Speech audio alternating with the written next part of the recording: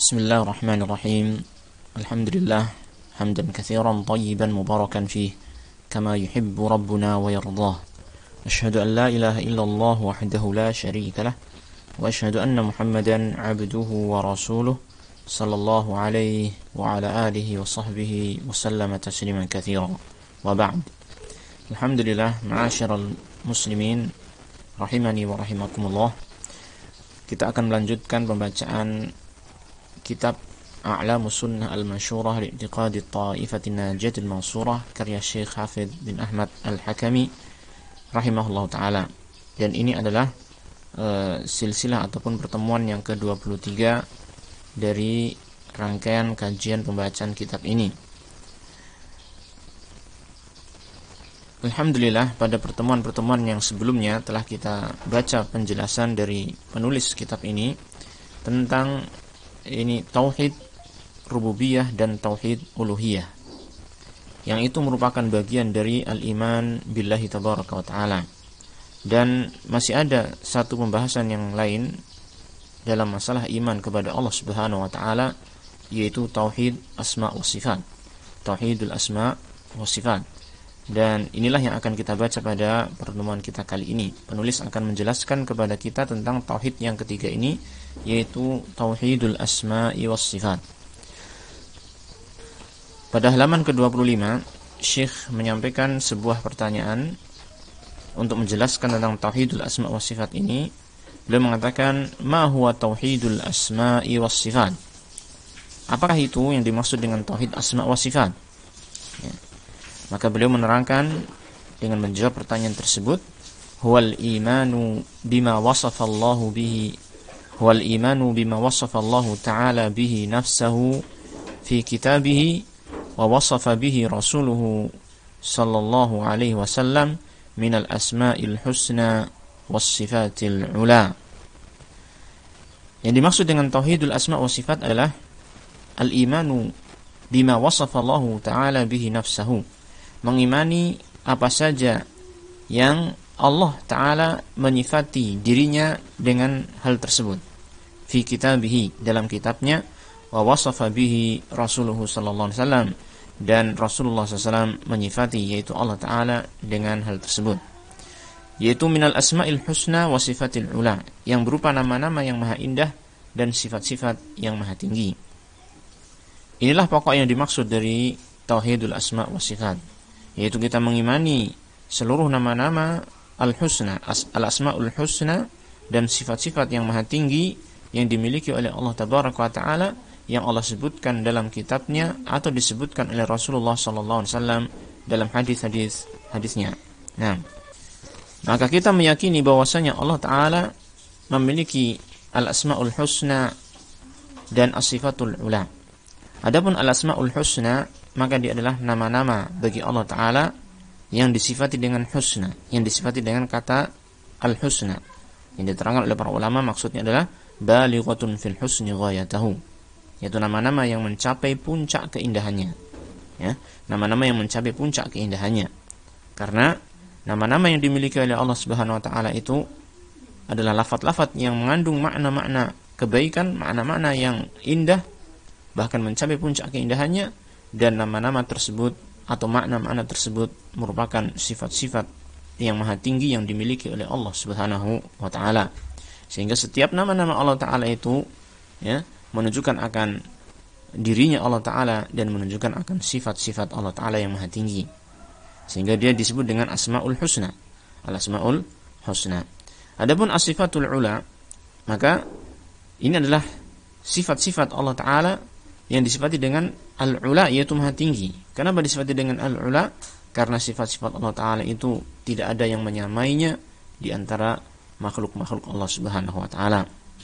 Allah Ta'ala memiliki sifat-sifat yang sempurna, ya, dan sifat-sifat sempurna tersebut sifat-sifat yang maha tinggi, ya, yang tidak akan mungkin disamai oleh makhluknya. Nah, sebagai contoh misalnya Allah Tabaraka wa ta'ala memiliki sifat ilmu, ya, dan sifat ilmu adalah merupakan salah satu sifat kesempurnaan baik pada diri Allah Ta'ala ataupun pada makhluk. Allah Ta'ala memiliki sifat ilmu, makhluk juga memiliki sifat ilmu. Akan tetapi sifat ilmunya Allah Ta'ala sebagaimana disebutkan di sini sebagai sifatul ula, sifat yang maha tinggi, maka selain dia adalah sifat kesempurnaan, maka sifat ilmunya Allah Ta'ala sifat ilmu yang maha sempurna, ya, yang tidak mungkin disamai dengan sifat ilmu yang ada pada makhluk. Nah, maka kita perhatikan bahwasanya makhluk itu memiliki ilmu yang terbatas, diawali dengan ketidaktahuan, diawali dengan kebodohan, seperti kita sebagai manusia awalnya lahir dalam kondisi tidak mengetahui apapun, ya. Kemudian ilmu yang dimiliki oleh manusia itu bisa hilang, ya kan? Bisa hilang. Dan ilmu yang dimiliki oleh manusia itu seringkali terkena kelupaan, ya. Ilmu yang tidak sempurna. Demikian pula ilmunya manusia itu ilmu yang tidak mencakup segala sesuatu, bahkan banyak hal perkara yang tidak diketahui oleh manusia. Ini ilmu pada diri makhluk, ya. Tetapi ilmu pada diri Allah Subhanahu wa taala, ilmu yang dimiliki oleh Allah Subhanahu wa taala, maka dia adalah ilmu yang maha tinggi, yang maha sempurna, ya, yang tidak mungkin disamai oleh makhluknya, tidak mungkin disamai oleh ilmu yang ada pada makhluk. Maka kita perhatikan ilmunya Allah Ta'ala itu tidak pernah diawali dengan ketidaktahuan, ya. Ilmunya Allah Ta'ala semenjak dahulu kala, semenjak azali, ya, beriringan dengan zatnya Allah Ta'ala yang tidak pernah tidak ada. Nah, dan ilmunya Allah Ta'ala itu tidak pernah hilang sama sekali, tidak pernah terkena kelupaan, ya. Wa ma kana rabbuka nasiya, sebagaimana disebutkan dalam surat Maryam, dan Allah sama sekali tidak akan lupa, ya. Kemudian ilmunya Allah Ta'ala itu meliputi segala sesuatu, ya. Ilmunya Allah Ta'ala sempurna, mengetahui segala sesuatu, baik yang berkaitan dengan perkara-perkara yang lahiriah ataupun perkara-perkara yang tersembunyi, ya, seperti yang ada dalam hati kita, dalam dada kita, maka Allah Ta'ala mengetahuinya. Demikian pula ilmu Allah Ta'ala mencakup semua perkara yang berkaitan dengan waktu, yang telah terjadi, yang sedang terjadi, yang akan terjadi, yang tidak terjadi, bagaimana seandainya dia terjadi, maka semuanya diketahui oleh Allah Subhanahu wa Ta'ala semenjak dahulu kala. Inilah contoh, ini bahwasanya Allah Ta'ala memiliki as-sifatul ula. Nah, jadi di sini dalam tauhidul asma wa sifat, maka kita harus mengimani bahwasanya Allah Ta'ala memiliki nama-nama yang maha indah, al-asmaul husna, dan memiliki as-sifatul ula, sifat-sifat yang maha tinggi, yang mana kita mengimani nama-nama dan sifat-sifat Allah Ta'ala tersebut sebagaimana yang Allah Ta'ala sebutkan sendiri dalam kitabnya, yaitu Al-Quranul Karim, atau disebutkan oleh Rasulullah SAW dalam hadis-hadisnya. Nah, kemudian Syekh mengatakan, wa imraruha kama ja'at bila kaifin, kama jama'a Allah Ta'ala baina itsbatiha wa nafyi at-takyif 'anha fi kitabih fi ghairi mawdi'in. Beliau menerangkan di sini selanjutnya, yaitu dalam kita menetapkan nama-nama dan sifat-sifat Allah Subhanahu wa Ta'ala tersebut, maka kita harus memperhatikan hal berikut ini. Beliau mengatakan, wa imraruha kama ja'at bila kaifin, dan memberlakukannya, yaitu memberlakukan nama-nama dan sifat-sifat tersebut kama ja'at, sebagaimana dia datang.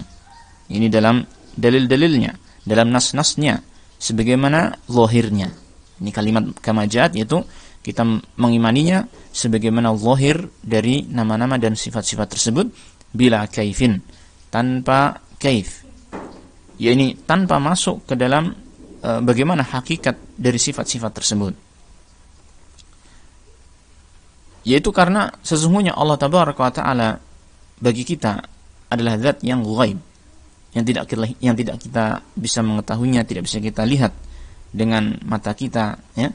Zat yang ghaib, dialah Allah Subhanahu wa Ta'ala yang bagi kita saat ini adalah zat yang ghaib, ya, walaupun kita tahu Allah Ta'ala itu ada, maka kita nggak bisa mengetahui hakikat, yakni sifat-sifat Allah Ta'ala itu seperti apa, sebagaimana kita tidak bisa mengetahui hakikat dari zat Allah Ta'ala itu seperti apa. Maka dalam mengimani nama-nama Allah dan sifat-sifat Allah Ta'ala tersebut, maka kita cukup untuk mengimaninya dan memperlakukannya sesuai dengan zahir dari nama-nama dan sifat-sifat tersebut. Kita fahami sesuai dengan konteks, yakni yang merupakan tuntutan dari bahasa Arab, ya. Kita fahami sesuai dengan konteks bahasa Arab yang ada. Nah, kama jama'a Allah Ta'ala baina itsbatiha wa nafyi takyifi. Sebagaimana Allah Ta'ala telah memadukan antara penetapan nama-nama dan sifat-sifat tersebut dan penafian, yaitu peniadaan takyif, ini sikap, ini masuk di dalam pembahasan tentang hakikat dari sifat-sifat tersebut. Nafyi takyifi anha, menafikan takyif dari nama-nama dan sifat-sifat tersebut. Ini Allah Ta'ala telah memadukan antara dua hal ini, penetapan nama-nama dan sifat-sifat Allah Ta'ala, dan Allah Ta'ala meniadakan yakni at-takyif dari nama-nama dan sifat-sifat Allah Ta'ala tersebut, yaitu Allah Ta'ala tidak masuk di dalam pembahasan tentang masalah hakikat nama-nama dan sifat-sifat Allah Ta'ala tersebut fi kitabihi. Allah Ta'ala memadukan dua hal tersebut dalam kitabnya fi ghairi mawdhi'in, dalam banyak ayat dalam Al-Quranul Karim. Nah, hal ini apa yang beliau sampaikan di sini tentang kewajiban kita untuk memperlakukan nama-nama dan sifat-sifat Allah Ta'ala sesuai dengan zahirnya tanpa masuk dalam pembahasan tentang masalah hakikat sifat-sifat Allah Ta'ala ini permasalahan yang sangat penting untuk kita fahami, ya, terutama dalam memahami sifat-sifat Allah Ta'ala yang banyak di antara kita ini mendapatkan kerancuan bahwasanya hal itu menyerupai dengan sifat makhluk. Seperti misalnya ketika kita mendapatkan dalam Al-Quran Allah Ta'ala menyebutkan di antara sifatnya adalah istiwa 'alal arsy, berada di atas arsy, ya. Maka pembahasan atau apa yang disampaikan oleh penulis di sini tadi, yaitu kita harus memperlakukan sesuai dengan zahir nas tersebut dan tidak masuk dalam hakikat sifat Allah Ta'ala, ini sangat penting. Kalau kita membahas tentang istiwa misalnya tadi kita sebutkan, maka kewajiban kita adalah mengimani bahwasanya Allah Ta'ala memiliki sifat istiwa di atas arsy, ya. Allah Ta'ala berada di atas arsy-Nya. Nah, tanpa harus masuk ke dalam pembahasan bagaimana cara Allah Ta'ala beristiwa di atas arsy. Karena kalau kita masuk dalam pembahasan bagaimana Allah berada di atas arsy, maka kita akan bingung untuk memahaminya. Dan bahkan mungkin bisa akan sampai pada kesimpulan bahwasanya kalau kita menetapkan istiwa Allah di atas arsy demikian dan demikian seperti makhluk misalnya, maka akhirnya orang akan meniadakan sifat tersebut, ya, dari Allah Tabaraka wa Ta'ala. Dan ini satu sikap yang tidak benar. Maka yang benar adalah kita ini mengimani nama-nama dan sifat-sifat tersebut sebagaimana yang datang dalam Al-Quran dan hadis, tanpa kita masuk dalam pembahasan kaifiyahnya, tanpa kita masuk dalam pembahasan tentang hakikat sifat Allah Ta'ala itu seperti apa. Dan ini telah dijelaskan oleh Allah Ta'ala, ya, dalam beberapa ayat yang disebutkan oleh penulis di sini. Kaqaulihi ta'ala, seperti dalam firman Allah Ta'ala, ya'lamu ma baina aydihim wa ma khalfahum wa la yuhituna bihi ilma. Ya. Disebutkan dalam surat Thaha ayat 110. Allah Ta'ala berfirman, ya'lamu, Allah Ta'ala mengetahui ma baina aydihim wa ma khalfahum, apa yang ada di hadapan mereka dan apa yang ada di belakang mereka. Yaitu Allah Ta'ala mengetahui semua keadaan hambanya, semua keadaan makhluk Allah Ta'ala mengetahuinya, baik yang telah lalu, yang akan datang, yang di belakang, di depan makhluknya, seluruhnya diketahui oleh Allah Subhanahu wa Ta'ala, karena ilmu Allah Ta'ala adalah ilmu yang sempurna. Tetapi sebaliknya, ya, wala yuhituna bihi ilma, makhluk tidak mungkin bisa meliputi Allah Ta'ala dengan ilmunya. Maksudnya manusia, kita semua atau seluruh makhluk, tidak ada yang bisa mungkin, ya, mengilmui Allah Ta'ala secara menyeluruh. Nah, sehingga kita nggak bisa mengetahui tentang hakikat sifat-sifat Allah Ta'ala itu seperti apa. Yang bisa kita ketahui adalah, yakni Allah Ta'ala memiliki sifat ini dan sifat itu, Allah Ta'ala memiliki sifat ini dan sifat itu. Karena apa? Karena Allah Ta'ala sendiri yang mengabarkannya dalam Al-Quran dan hadis. Nah, jadi kita bisa memahami Allah Ta'ala memiliki nama-nama dan sifat-sifat tertentu karena Allah Ta'ala telah mengabarkannya kepada kita. Allah Ta'ala memiliki nama-nama dan sifat-sifat tersebut. Adapun tentang hakikat dari sifat itu seperti apa, bagaimana sifat tersebut hakikatnya, maka kita tidak bisa memahaminya karena ilmu kita terbatas. La yuhituna bihi ilma, makhluk tidak bisa meliputi terhadap Allah Ta'ala dengan ilmunya. Ilmu makhluk tidak bisa meliputi tentang Allah Tabaraka wa Ta'ala. Maka kita tidak boleh masuk dalam pembahasan tentang hakikat sifat Allah Ta'ala itu seperti apa. Nah, wa qawlihi ta'ala, dan juga dalam firman Allah Ta'ala dalam surat Asy-Syura, laisa kamitslihi syai'un wa huwas samiul basir. Laisa kamitslihi syai'un wa huwas samiul basir. Tidak ada sesuatu pun yang semisal dengan Allah Ta'ala, yang serupa dengan Allah Tabaraka wa Ta'ala, wa huwas samiul basir, dan dia Allah Ta'ala Maha mendengar dan Maha melihat. Kita perhatikan dalam ayat ini, di bagian akhir dari ayat ini, wa huwas samiul basir, di sana ada penetapan nama-nama dan sifat-sifat Allah Ta'ala, bahwasanya Allah Ta'ala memiliki nama As-Sami' dan nama Al-Basir, yang itu berkonsekuensi bahwasanya Allah Ta'ala memiliki sifat mendengar dan sifat melihat. Kemudian di awal ayat ini Allah Ta'ala mengatakan laisa kamitslihi syai'un, tidak ada sesuatu yang serupa dengan Allah Subhanahu wa Ta'ala. Ayat ini, awal ayat ini memberikan sebuah pelajaran kepada kita, ini bahwasanya kita tidak boleh menyerupakan sesuatu pun kepada Allah Subhanahu wa Ta'ala. Laisa kamitslihi syai'un. Syai'un di sini adalah suatu kalimat yang nakirah, yang didatangkan dalam kalimat negatif, ya, dalam kalimat laisa kamitslihi syai'un. Maka syai'un ini sesuatu apapun, sifatnya umum, apa saja, tidak ada yang bisa menyerupai Allah Ta'ala, tidak ada yang serupa dengan Allah Subhanahu wa Ta'ala. Nah, maka dari ayat ini kita meniadakan penyerupaan antara Allah Ta'ala dengan makhluknya. Tidak akan sama antara Allah dengan makhluknya, tidak akan sama antara sifat-sifat Allah Ta'ala dengan sifat-sifat makhluknya. Dan dari ayat ini juga kita bisa memahami bahwasanya kita tidak boleh membayangkan tentang sifat-sifat Allah Ta'ala, tentang hakikat sifat Allah Ta'ala seperti apa. Karena pikiran kita, hasil pikiran kita tentang hakikat dari sifat-sifat Allah Ta'ala itu pada hakikatnya adalah syai'un, yang itu merupakan makhluk. Hasil bayangan kita adalah makhluk, ya kan? Maka tidak akan mungkin hasil bayangan kita tentang bagaimana hakikat sifat-sifat Allah Ta'ala itu tidak akan mungkin tepat sesuai dengan apa yang ada pada diri Allah Subhanahu wa Ta'ala.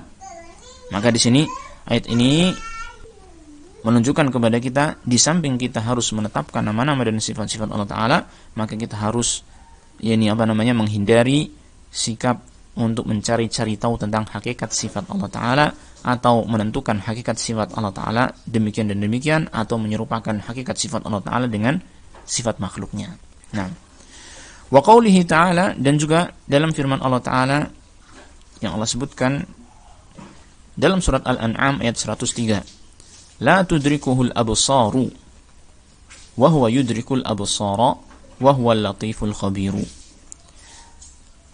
La tudrikuhul absaru, al-absar yaitu pandangan-pandangan manusia tidak akan mungkin bisa idrak terhadap Allah Ta'ala, tidak akan mungkin bisa tudrikuhu, mengenai Allah Ta'ala. Pandangan-pandangan manusia tidak akan mungkin bisa mengenai Allah Ta'ala secara sempurna. Jadi kalimat idrak ini diterangkan oleh para ulama tafsir bahwasanya maksudnya adalah ihatah. Ini pandangan manusia itu tidak bisa mengenai secara sempurna diri Allah Subhanahu wa Ta'ala. Jadi ayat ini bukan maksudnya bahwasanya pandangan manusia tidak bisa melihat Allah Ta'ala, bukan itu. Karena kalimat idrak bukanlah ru'yah, ya. Ru'yah artinya melihat, tetapi idrak maksudnya adalah mengenai secara sempurna, atau dengan kata lain ihatah, meliputi tentang diri Allah Subhanahu wa Ta'ala.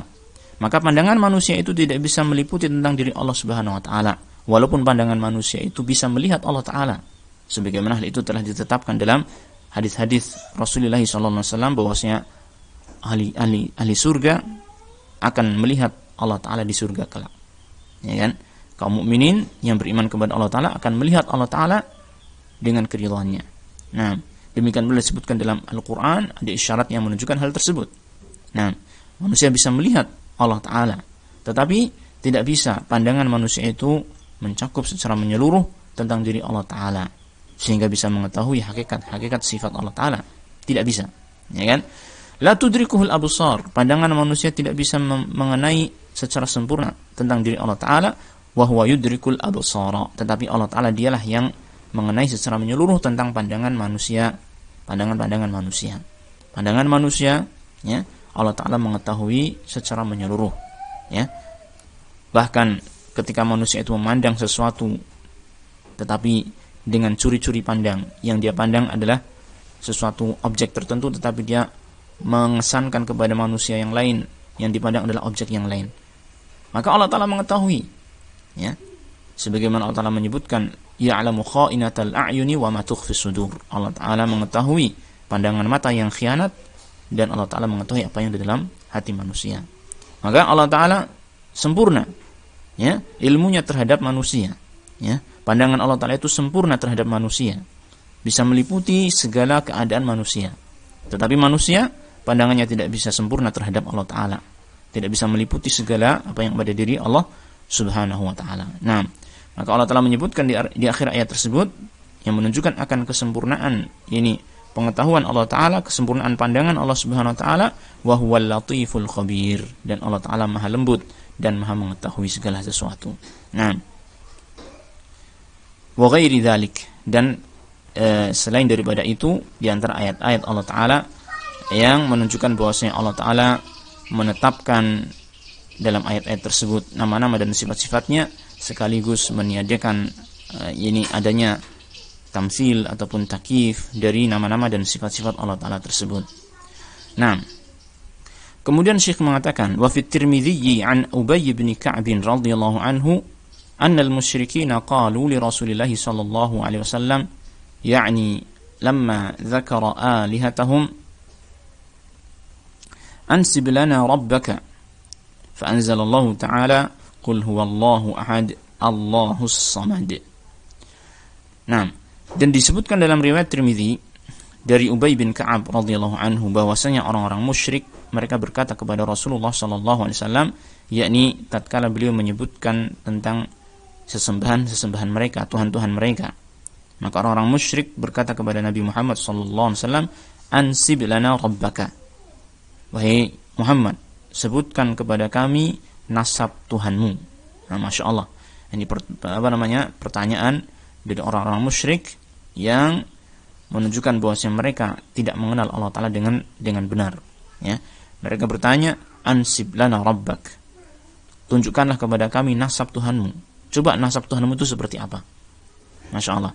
Maka fa'anzalallahu ta'ala, Allah Ta'ala menurunkan, qul huwallahu ahad Allahus samad. Katakanlah wahai Rasul, dialah Allah Ta'ala yang Maha Esa, yang Maha Tunggal, tidak ada tandingannya, tidak ada yang serupa dengan Allah Subhanahu wa Ta'ala.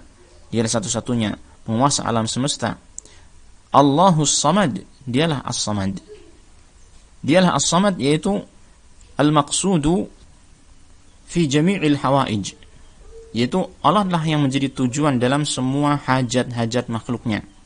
Sebagaimana dikatakan oleh Syekh Abdurrahman Sa'idi rahimahullah ta'ala dalam tafsirnya, fa'ahlul alamil ulwi wasufli muftaqiruna ilaihi ghayatal iftiqar, yas'alunahu hawaijahum wa yarghabuna ilaihi fi muhimmatihim. Yaitu bahwasanya makhluk yang berada di alam yang di atas dan yang di bawah, yaitu penduduk langit dan penduduk bumi, seluruhnya itu iftiqar, ya, muftaqiruna ila Allah. Ini memiliki kebutuhan yang sangat besar kepada Allah Subhanahu wa taala, ghayatul iftiqar, dengan kebutuhan yang sangat tinggi. Nah, artinya semua kebutuhan mereka itu dimiliki, dikuasai oleh Allah Subhanahu wa taala. Sehingga makhluk itu semuanya yas'alunahu hawaijahum. Seluruh makhluk itu akan tertuju kepada Allah Ta'ala dalam meminta hajat-hajat mereka. Yarghabuna ilaihi, mengharap kepada Allah Ta'ala fi muhimmatihim, dalam urusan-urusan penting mereka. Inilah as-samad yang menjadi tujuan dari seluruh makhluk dalam hajat-hajat mereka. Dan di sini Syekh rahimahullah Ta'ala menjelaskan as-samad dengan ayat selanjutnya, was-samadu alladzi lam yalid wa lam yulad. Dan as-samad adalah yang tidak melahirkan dan tidak pula dilahirkan. Ini merupakan jawaban terhadap pertanyaan orang-orang musyrik yang meminta kepada Rasulullah SAW untuk menyebutkan nasab Allah Ta'ala. Maka Allah Ta'ala mengatakan bahwasanya Allah Ta'ala adalah zat yang tunggal, yang maha sempurna, ya, yang dia tidak memiliki anak, dan dia bukanlah hasil dari peranakan dari zat yang lain. Maka Allah Ta'ala tidak memiliki nasab, ya kan? Li'annahu laisa syai'un yuladu, li'annahu laisa syai'un yuladu illa sayamutu wa laisa syai'un yamutu illa sayurathu. Karena tidak ada sesuatu pun yang dilahirkan melainkan dia itu pasti akan mati, dan tidak ada sesuatu pun yang mati melainkan dia pasti akan diwarisi. Wa innallaha ta'ala la yamutu wa la yurath. Sedangkan Allah Ta'ala itu tidaklah mati dan tidak akan diwarisi. Walam yakul lahu kufuwan ahad, dan tidak ada satupun ya yang menjadi kufuan, yang menjadi setara sebanding bagi Allah Subhanahu wa Ta'ala. Dengan kita mengetahui bahwasanya Allah Ta'ala tidak memiliki sesuatu apapun yang sebanding dengannya, yang setara dengannya, maka sangat jelas tatkala kita juga tidak bisa meliputi ilmu kita tentang Allah Ta'ala ya, dan kita tidak mendapati ada yang setara dengan Allah Ta'ala, maka sangat jelas bagi kita bahwasanya Allah Ta'ala tidak bisa dibayangkan bagaimana hakikat sifatnya. Karena seseorang itu bisa mengetahui hakikat sifat sesuatu apabila pertama dia bisa melihat ya, atau bisa meliputi sesuatu benda tersebut sehingga dia bisa menjelaskan hakikat sifat tersebut. Atau kalau tidak demikian, maka ada benda lain yang serupa dengan benda tersebut sehingga kita bisa menjelaskan hakikat benda tersebut melalui dengan mengetahui benda yang lain. Tetapi Allah Ta'ala ya, kita tidak mengetahui secara langsung ini keseluruhan diri Allah Ta'ala, dan kita tidak mendapatkan apa yang serupa dengan Allah Ta'ala. Dari sini maka jelas bahwasanya kita tidak boleh masuk dalam pembahasan bagaimana sifat Allah Ta'ala hakikatnya seperti apa. Nah, qal lam yakun lahu syabihun wala adilun walaysa kamitslihi syai'un. Ayat ini maknanya adalah bahwasanya Allah Ta'ala tidak ada yang serupa dengannya, tidak ada yang sepadan dengannya, dan tidak ada sesuatu pun yang semisal dengan Allah Subhanahu wa Ta'ala. Dari sini maka jelas bagi kita ringkasnya tentang tauhid asma wa sifat adalah kita mengimani nama-nama dan sifat-sifat Allah Tabaraka wa Ta'ala sebagaimana yang disebutkan dalam Al-Quran dan hadis, ya kan? Kemudian dalam mengimaninya, dalam menetapkan nama-nama dan sifat-sifat Allah Ta'ala tersebut tanpa menyerupakan dengan sifat makhluk dan tanpa masuk dalam pembahasan kaifiyah ataupun hakikat dari sifat-sifat Allah Ta'ala tersebut. Kita hanya bisa pasrah dan mengimani nama-nama dan sifat-sifat tersebut sebagaimana datang dalam Al-Quran dan hadis.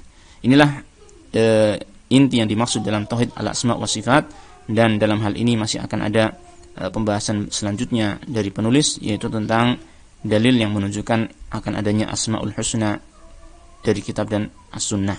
InsyaAllah akan kita baca pada pertemuan yang selanjutnya. Untuk pertemuan kali ini kita cukupkan. Wassallallahu wasallam ala nabiyyina Muhammadin wa ala alihi wa sahbihi ajma'in walhamdulillahi rabbil alamin.